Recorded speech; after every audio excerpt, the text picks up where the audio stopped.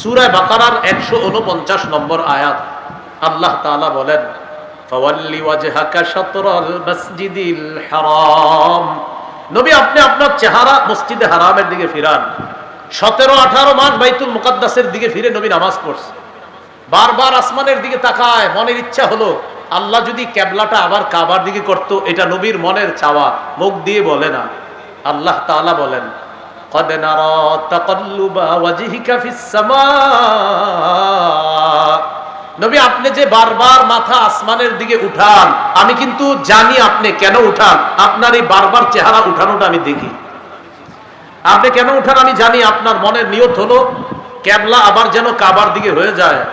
ফালানুওয়াল্লিয়ান্নাকা কিবলাতান তারদাহা।